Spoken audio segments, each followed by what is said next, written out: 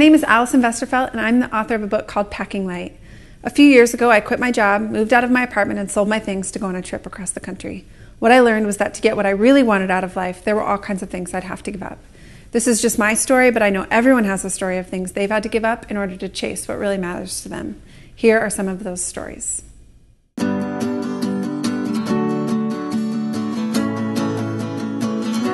My Packing Light story is we did something called the Whitaker Reboot. So what we decided to do was to take everything we owned, stick it in one bedroom in the house, and have an estate sale, selling everything else. At the end of the day, we realized that our stuff was defining us, and we didn't want it to define us anymore. And literally, the simple activity of offering it helped redefine us. My Packing Light story is 3 years ago. I quit my full-time job, sold everything I owned except what fit in my car so I could pack up and move to Nashville, simply because I felt like that's where God was telling me to go. Really had my career take off maybe 8-10 years ago.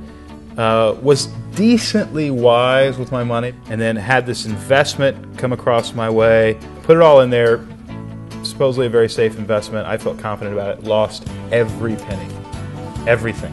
And the best thing that has ever happened to me. I gave up a day job that I had been, an industry I'd been in for 14 years to pursue my own business, something that I'd always wanted to do, helping other people. It was scary, it was a leap of faith, but I don't regret it for a second. My Packing Light story isn't necessarily about getting rid of stuff. I've found that throughout my life, I've always had a list of things that I want God to do, and I've found that the times when I just unpack all of my prayers and I empty out my prayer life, that's when God does surprising things. Just quit my job. I sold everything that I owned and drove to Texas with no plan, no job, no home, nothing except for a church that I knew that I wanted to just kind of sit at the feet of for a season. Well, last year as I was working on my book, Tell Me a Story, I found that I was often paralyzed by these imaginary reviews that I was writing and reading in my head. What I had to do was let go of that. Otherwise, you can't make anything. You can't put anything out to the world unless you first let go of what the world thinks. My second grade teacher told me that I was going to be a con artist or a used car salesman.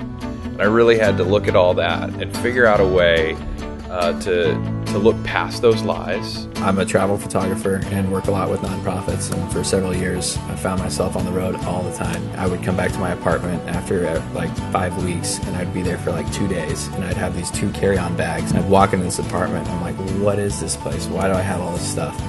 And so I made the decision to let go of the apartment and kind of stepped out in faith that God would provide a home for me. The real test is, do I still exist, and do I matter, and can life be fulfilling if I'm not hoarding, collecting all these things? And the answer to that question, I'm telling you from personal experience, is yes.